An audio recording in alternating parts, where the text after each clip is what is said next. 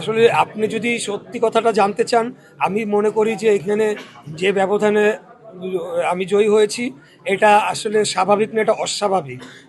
আমাদের একটা ধারণা ছিল আরো বহুগুণ লক্ষাধিক ভোটে আমরা বিজয় অর্জন করব, কিন্তু এখানে যে কোনো কারণেই আমরা ঢাকার অন্যান্য মাত্রই তো রেজাল্ট আসলো, ঢাকার অন্যান্য আসনগুলো নিয়ে আমরা পর্যালোচনা করছি, এই আসনের রেজাল্ট নিয়ে আমরা পর্যালোচনা করব। আমরা গতকালকে দেখেছি যে জামাতে ইসলামীর সূত্রাপুর থানার নায়েবে আমির সে হাতে নাতে টাকা দিতে গিয়ে ঘুষ দিতে গিয়ে ধরা পড়েছে, 2 দিনের কারাদণ্ড দেওয়া হয়েছে।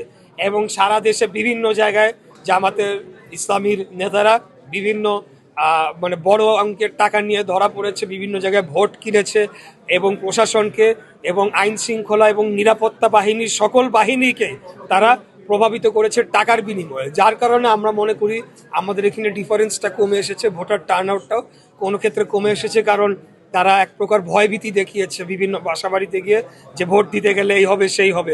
বিশেষ করে আমাদের এখানে কিন্তু বড় একটা হিন্দু কমিউনিটি রয়েছে। তো আমি মনে করি ব্যবধানটা মোটেও সন্তোষজনক নয়। আগামী দিনে আমরা আরো অনেক বেশি ব্যবধানে এখান থেকে জয়লাভ করতে চাই।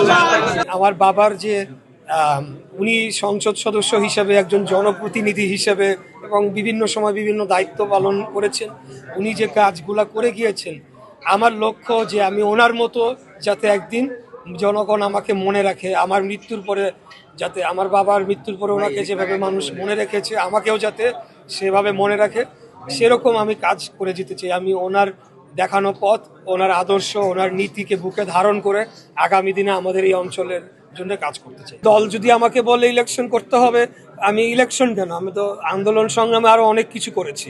তো মেয়র ইলেকশন করতে বললে করব, অবশ্যই করব, কেন করব না।